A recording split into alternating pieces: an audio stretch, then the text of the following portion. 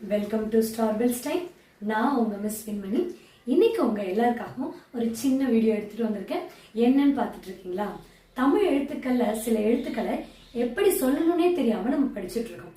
So அதை எப்படி முறையா சொல்லணுங்கிறத இன்னைக்கு நான் உங்களுக்கு சொல்லி தர போறேன். வாங்க வீடியோக்குள்ள போலாம்.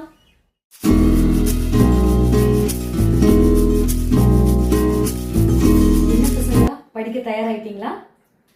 நம்ம இவ்வளவு நாளா படிச்ச இந்த ந ந ந ர ர ல ழ ல இந்த எழுத்துக்களுக்குலாம் மிஸ் இன்னைக்கு உங்களுக்கு வேற ஒரு பேர் சொல்லி தர போறேன்.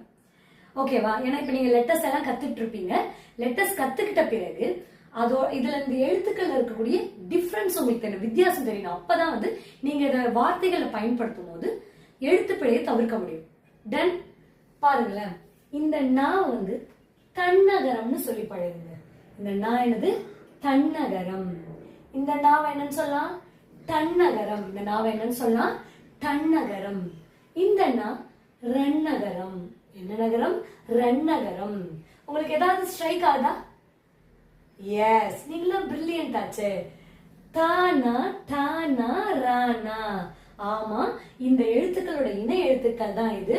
நம்ம இப்படி படிக்கும் போது தாவுக்கு அடுத்து வரக்கூடிய நா, டாவுக்கு அடுத்து வரக்கூடிய நாம், ராவுக்கு அடுத்து வரக்கூடிய நானு ஈஸியா அப்படி பிக் பண்ணி எடுக்க முடியும்.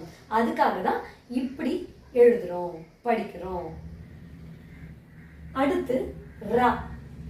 ரா இடையின ரகரம். ரா இடையின ரகரம். இது ர வல்லின ரகரம். வல்லின ரகரம். ரா இடையின ரகரம். ரா வல்லின ரகரம்.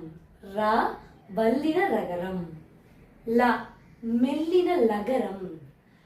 லா மெல்லின லகரம். ழா சிறப்பு ழகரம். ழா சிறப்பு ழகரம். லா பொது லகரம். லா பொது லகரம். இதெல்லாம் எந்த காரணங்களுக்காக நம்ம இப்படிலாம் சொல்றோம், இந்த எழுத்துக்களை எப்படி வேறுபாடு அறிஞ்சு படிக்கிறது அப்படிங்கறதெல்லாம் நம்ம இன்னொரு வீடியோல பார்க்கலாம். Bye bye, see you.